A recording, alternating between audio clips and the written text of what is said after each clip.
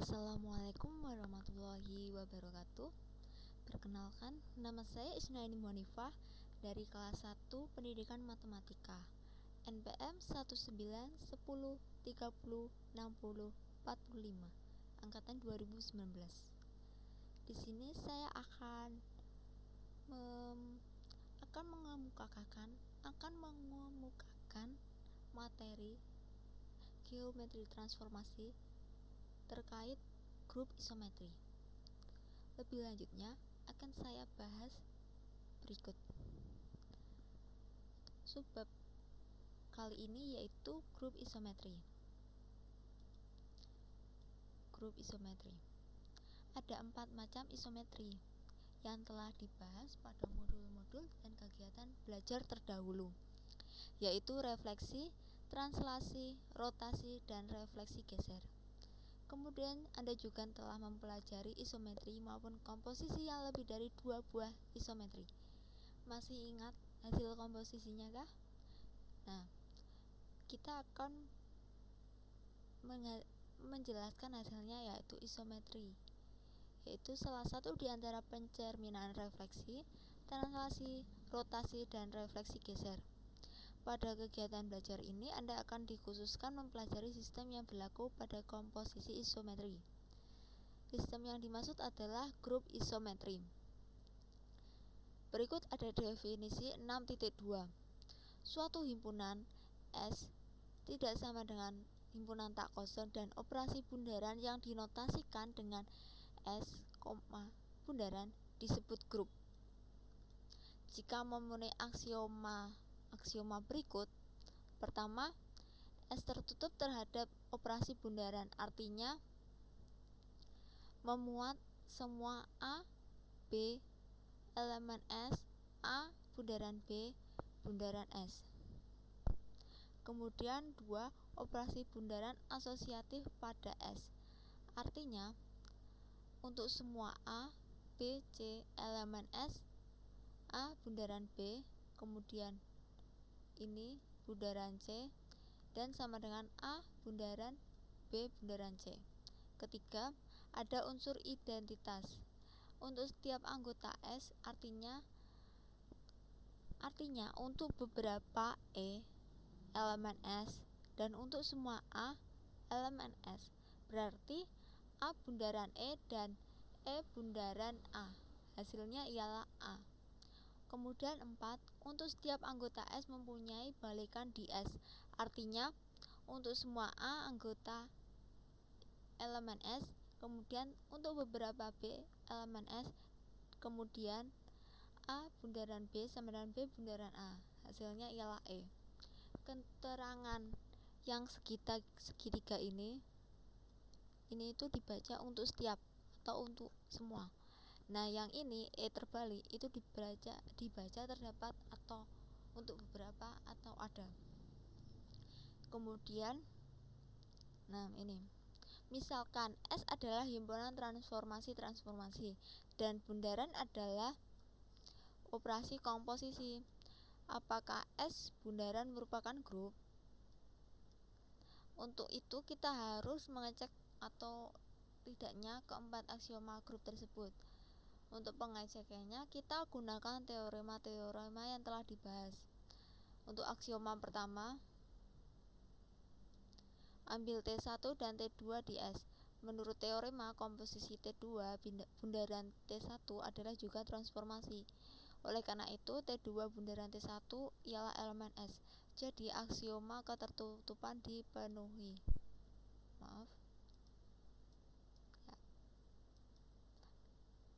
Aksioma ketertutupan dipenuhi. Untuk aksioma 2, ambil T1, T2, dan T3 di S. Menurut teorema, komposisi transformasi bersifat asosiatif, yaitu T1 bundaran T2, kemudian bundaran T3, sama dengan T1 bundaran T2 bundaran T3. Jadi aksioma kedua dipenuhi. Kemudian aksioma ketiga, ada transformasi identitas 1 yang didefinisi IP sama dengan P, kemudian untuk semua P elemen V jelas I elemen S. Dengan demikian untuk semua transformasi I elemen S berlaku T elemen T bundaran I sama dengan I bundaran T sama dengan T. Ini menurut teorema ya. Jadi eksistensi identitas untuk operasi komposisi dipenuhi. Kemudian aksioma 4. Ambil T1 T elemen S. Menurut teorema setiap transformasi mempunyai balikan. Maka dari itu T bundaran T pangkat min 1 sama dengan T pangkat min 1 bundaran T sama dengan I. Atau untuk semua T elemen S untuk beberapa T min 1 elemen S. Sehingga T bundaran T min 1 T pangkat min 1 sama dengan T pangkat min 1 bundaran T sama dengan I atau identitas. Jadi eksistensi balikan dipenuhi. Kemudian karena keempat aksioma grup di atas dipenuhi, maka S, bundaran adalah grup. Karena grup ya. Grup S bundaran disebut pula grup transformasi. Sebab S merupakan transformasi. Berikut ini akan diperlihatkan grup yang himpunannya merupakan himpunan bagian dari S. Misal, kita bentuk himpunan C. Ini himpunan C yang terdiri dari mu T dan identitas. Kita tahu bahwa pencerminan terhadap garis D yang dinotasikan dengan mu T merupakan transformasi, yaitu menurut teorema di atas. Nah, merupakan transformasi. Pemetaan identitas I juga didefinisikan I P, identitas P sama dengan P untuk setiap P di bidang, merupakan transformasi menurut teorema juga. Jadi C sama dengan himpunan T dan identitas merupakan himpunan bagian dari S. Jadi dapat ditulis juga C subset S. Kemudian akan diperiksa bahwa C apakah himpunan C ialah himpunan T dan identitas terhadap operasi komposisi bundaran yang dinotasikan C bundaran merupakan grup. Untuk berikutnya, ini ada aksioma 1. Menurut teorema mu T bundaran mu T sama dengan identitas karena pencerminan involusi. Mu T 0 bundaran identitas sama dengan identitas bundaran mu T sama dengan mu T untuk sebarang mu T dan I bundaran I sama dengan I. Kemudian dengan demikian komposisi dua unsur sebarang di C adalah juga di C. Jadi aksioma ketertutupan dipenuhi. Karena mu T dan I transformasi, maka komposisinya pasti bersifat asosiatif. Jadi aksioma 2 dipenuhi. Ini aksioma 2 ya. Kemudian aksioma 3. Aksioma 3 ya. Jelas identitas merupakan netral atau identitas untuk operasi komposisi di C. Sebab untuk setiap X elemen C berlaku X1 sama dengan 1X sama dengan X. Jadi aksioma 3 dipenuhi. Kemudian aksioma 4. Karena mu T dan I transformasi, maka mu T dan I mempunyai balikan.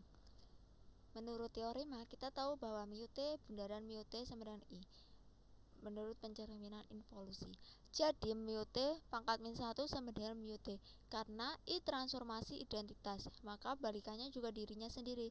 Dengan demikian, untuk semua X elemen C dan untuk beberapa Y elemen S, sehingga XY sama dengan YX sama dengan I. Berdasarkan uraian di atas, keempat aksioma grup dipenuhi. Berikut akan diperlihatkan bahwa himpunan isometri dengan operasi komposisi membentuk grup. Karena ada beberapa isometri yang belum diperlihatkan hasil komposisinya, maka terlebih dahulu akan kita perhatikan komposisi tersebut. Ada 4 isometer dasar yang telah dibahas terdahulu. Keempat isometri dimaksud adalah pencerminan, translasi, rotasi, refleksi, geser. Dari keempat isometri di atas, yang termasuk isometri langsung adalah rotasi dan translasi. Sementara itu yang termasuk isometrik lawan adalah pencerminan dan refleksi geser. Kemudian telah dibahas juga mengenai dua komposisi pencerminan yang dapat membentuk suatu translasi atau rotasi. Nah, komposisi dari sepasang refleks atau translasi atau rotasi menghasilkan refleksi geser, di mana kita membentuk komposisi antara refleksi geser dengan salah satu di antara refleksi, translasi, rotasi, atau dengan refleksi. Nah, untuk hal di atas maka kita akan membentuk komposisi antara refleksi geser dengan translasi. Misal, gamma adalah refleksi geser dengan sumbunya garis T, yaitu gamma sama dengan gamma AB bundaran mu T dengan garis AB sejajar dengan T dengan gamma CD adalah sebuah translasi, maka gamma CD merupakan gamma CD bundaran gamma sama dengan gamma CD bundaran gamma AB bundaran mu T. Nah, sama dengan gamma CD bundaran gamma AB kemudian bundaran mu T. Karena translasi dengan operasi komposisi tertutup, maka berarti ada garis lurus EF, sehingga gamma CD bundaran gamma AB sama dengan gamma EF. Nah, dengan demikian gamma CD bundaran gamma sama dengan gamma EF bundaran mu T. Nah, jika garis lurus EF tegak lurus T, maka gamma EF bundaran mu T ialah pencerminan terhadap garis yang sejajar T. Jika EF tidak tegak lurus T, maka gamma EF mu T adalah refleksi geser. Tadi adalah pencerminan jika tegak lurus. Jika tidak tegak lurus maka ialah refleksi geser. Nah, dengan demikian mu CD bundaran gamma adalah sebuah pencerminan atau refleksi geser. Dengan demikian, gamma CD bundaran gamma adalah sebuah pencerminan atau refleksi geser. Jika kita ketahui gamma bundaran gamma CD sama dengan gamma AB bundaran mu T bundaran mu CD dan bundaran gamma CD dan gamma AB bundaran mu T sama dengan mu T bundaran gamma AB. Untuk AB tegak lurus sejajar T, maka gamma bundaran gamma CD sama dengan mu T bundaran mu gamma AB bundaran gamma CD sama dengan mu T bundaran gamma AB bundaran gamma AB dan bundaran gamma CD sama dengan mu T bundaran gamma CD bundaran gamma AB sama dengan mu T bundaran gamma YF merupakan refleksi atau refleksi geser. Dengan demikian, komposisi refleksi geser dengan translasi adalah sebuah refleksi atau refleksi geser.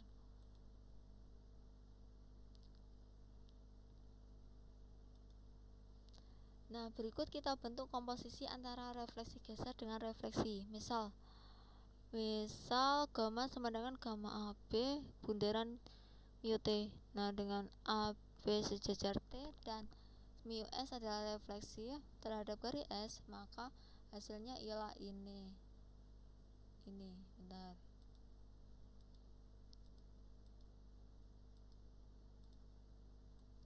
Nah, ini. Kemudian jika S sejajar T, maka mu S bundaran mu T adalah translasi.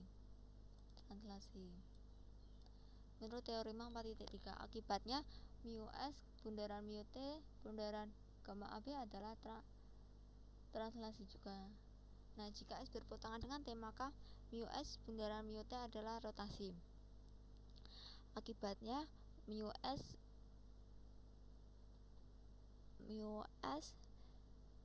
bundaran mu T bundaran gamma AB adalah rotasi. Dengan bagaimana bila yang dibentuk adalah mu? Kita ketahui bahwa ini seperti tadi. Sebentar.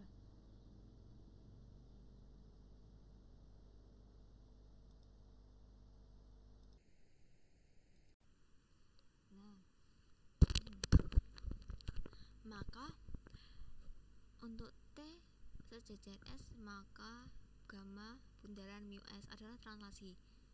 Nah, kita bentuk komposisi antara refleksi geser ini dengan ini, dan rotasi rho A, P. Kita tahu bahwa rho bundaran rho AP sama dengan gamma AB bundaran mu T bundaran rho A P sama dengan mu T bundaran gamma AB bundaran gamma AK sama dengan mu T bundaran gamma AB dan bundaran rho AK. Bentar, begini ya. Nah, jika C elemen T, maka mu T bundaran rho CP adalah mu S dengan S melalui B, dan jika C tidak elemen T, maka mu T bundaran rho CP suatu refleksi geser ya. Kemudian kita tentukan komposisi dua buah refleksi gesernya. Misal gamma 1 sama dengan gamma AB bundaran mu T, dan gamma 2 ini dan ini dengan Y1 tidak sama dengan Y2. Nah, kita tahu bahwa Y1 bundaran Y2 ialah ini, yaitu gamma AB bundaran mu T bundaran mu S bundaran mu C gamma CD sama dengan gamma AB bundaran mu T bundaran mu S bundaran gamma CD. Nah, jika T tidak sejajar, maka mu T bundaran mu S adalah translasi ya. Sehingga ini adalah sebuah translasi juga. Jadi gamma 1 bundaran gamma 2 ialah translasi. Sedangkan jika T tidak sejajar S, maka mu T bundaran mu S adalah rotasi, sehingga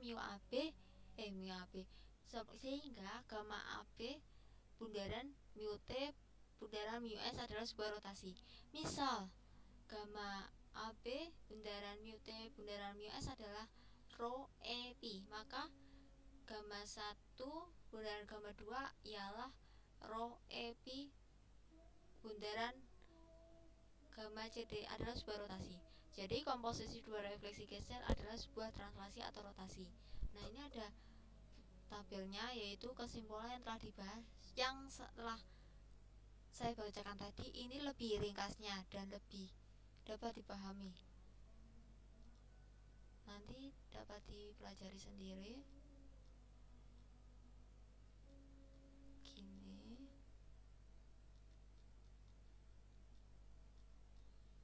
Nah, ini untuk yang kolomnya garis. Ini ada beberapa banyak sekali.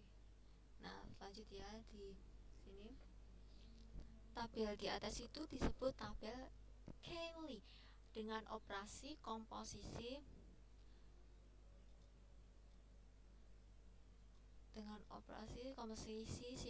isometri. Nama Cayley diambil dari nama orang ya. Nah, selanjutnya langsung ke teorema 6.9. Himpunan isometri G yang anggota-anggotanya refleksi hingga rotasi dan refleksi geser adalah tertutup terhadap operasi komposisi. Nah, dengan menggunakan teorema di atas, maka bila kita bentuk komposisi terhingga dari isometri pada G, hasilnya selalu pada G. Maka dari itu tak ada isometri lain selain isometri yang ada pada G. Kita kembali ke pencernaan semula, yaitu kita akan memperhatikan bahwa isometri dengan komposisi adalah sebuah grup. Nah, sebagai berikut ada penjelasannya, yaitu aksioma 1. Menurut teorema di atas, operasi bundaran tertutup pada G. Jadi, aksioma 1 terpenuhi. Aksioma 2. Karena anggota G terdiri dari refleksi, translasi, rotasi, dan refleksi geser, maka sekian merupakan isometri operasi komposisi bersifat asosiatif. Jadi aksioma 2 dipenuhi juga. Ke aksioma 3. Nah, identitasnya adalah 1 dengan 1 sama dengan X. Anda telah mengetahui bahwa transformasi identitas seperti di atas merupakan isometri, jadi aksioma 3 juga dipenuhi. Nah, berikutnya ada aksioma 4. Isometri DG merupakan transformasi. Sementara itu, setiap transformasi memiliki balikan. Jadi setiap anggota G memiliki balikan. Misal mu T balikannya mu T, rho A pi balikannya rho A min pi, gamma AB balikannya gamma BA, dan gamma CD rho V balikannya adalah rho mu V gamma CD. Dengan demikian aksioma 4 juga dipenuhi. Nah, karena keempat aksioma di atas dipenuhi, maka G bundaran merupakan grup. Karena G merupakan himpunan isometri, maka merupakan grup isometri juga. Nah, berikut ada penjelasan terkait C subset S, maka grup C bundaran merupakan subgrup dari S bundaran. Nah, ini ada definisinya. Oke. Jika H subset G dengan H tidak sama dengan himpunan kosong, G, bundaran adalah grup, dan jika H bundaran grup, maka H bundaran disebut subgrup dari grup G bundaran. Berikut contohnya, yaitu contoh 6.3.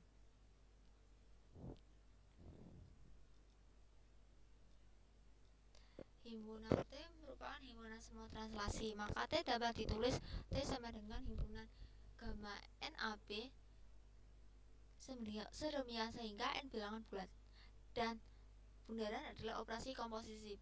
Nah, periksalah apakah T bundaran merupakan grup. Sebentar.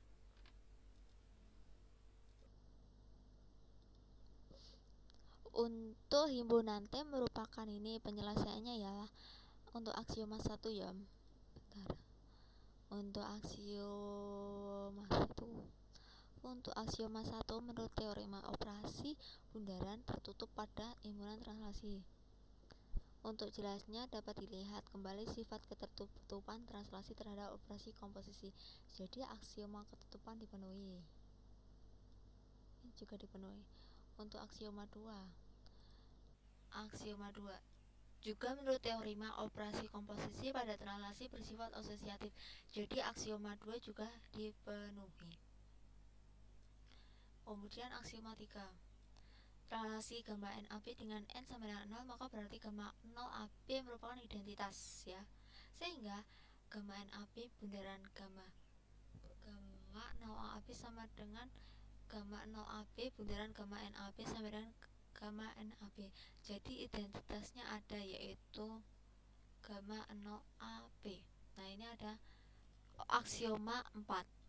Balikan dari gamma NAB adalah gamma min NAB, sebab gamma NAB bundaran gamma min NAB sama dengan gamma min NAB bundaran gamma NAB sama dengan gamma 0AB. Jadi inverse untuk setiap translasi gamma NAB yaitu gamma min NAB. Nah, karena aksioma 1 sampai dengan 4 dipenuhi, maka T bundaran merupakan grup.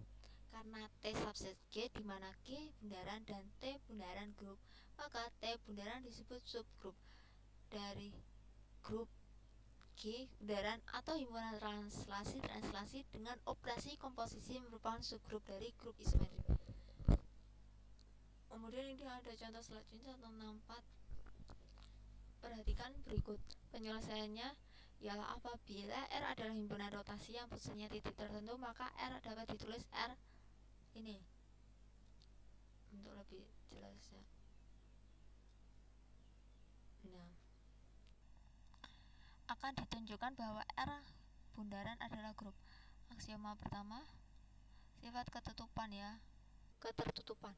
ambil dua rotasi yang pusatnya A, misal rho A Pi1 dan rho A Pi2, maka rho A Pi1 bundaran rho A Pi2 sama dengan rho A Pi1 tambah Pi2 merupakan rotasi dengan A dan besar sudut rotasinya di antara min 180 derajat sampai dengan 180 derajat. Nah, aksioma 2, karena sifat asosiatif maka berlaku operasi penjualan bilangan real ya. Jadi aksiomanya juga dipenuhi. Kemudian lanjut ke aksioma 3. Ada rotasi identitas ya, yaitu ini jadi aksiomanya juga dipenuhi. Untuk aksioma 4, untuk setiap rotasi rho A P1 memberikan rotasi PA min P rho A min P1 sama hingga rho A P1 bundaran rho A min P1 sama dengan rho A min P1 bundaran rho AP sama dengan rho A0. Jadi aksioma 4 juga dipenuhi. Oke, ya. Begitu. Kemudian ini ada latihan soal ya, ada berapa? 5 latihan soal dan beserta penyelesaiannya. Kemudian setelah latihan soal juga ada rangkumannya. Kemudian ada tes formatif yang berisi 10 soal. Yang tadi bukan latihan soal tapi contoh soal. Oke, saya akan bahas satu contoh soal. Kita ambil nomor 4. Ya, diberikan mu S dan mu T berturut-turut adalah pencerminan terhadap garis S dan garis T. Nah, apakah komposisi kedua pencerminan tersebut bersifat tertutup? Nah, tentukan hasil komposisi tersebut. Nah, penyelesaiannya berikut. Komposisi mu S dan mu T tidak tertutup. Nah, sebabnya ialah mu S dan mu T dapat berubah rotasi bila S tidak sejajar T. Nah, pusat rotasinya adalah tidak potong garis S dan T. Nah, dan besar sudut rotasinya adalah 2 kali besar sudut antara garis S dan garis T. Kemudian B, mu S bundaran mu T bisa berubah translasi bila S sejajar T. Tadi kan S tidak sejajar T ya. Nah, ini yang C, mu S bundaran mu T bisa berubah identitas juga bila S sama dengan T. Kalau S tidak sejajar T itu berubah rotasi. Kalau S tidak sejajar S sejajar T berubah translasi, dan S sama dengan T itu berubah identitas. Nah, sekian penjelasan singkat terkait materi grup isometri, dan ada beberapa latihan soal yang dapat dikerjakan juga. Jika ada kesalahan dalam pengucapan simbol dan pengucapan materi, mohon maaf. Wassalamualaikum warahmatullahi wabarakatuh.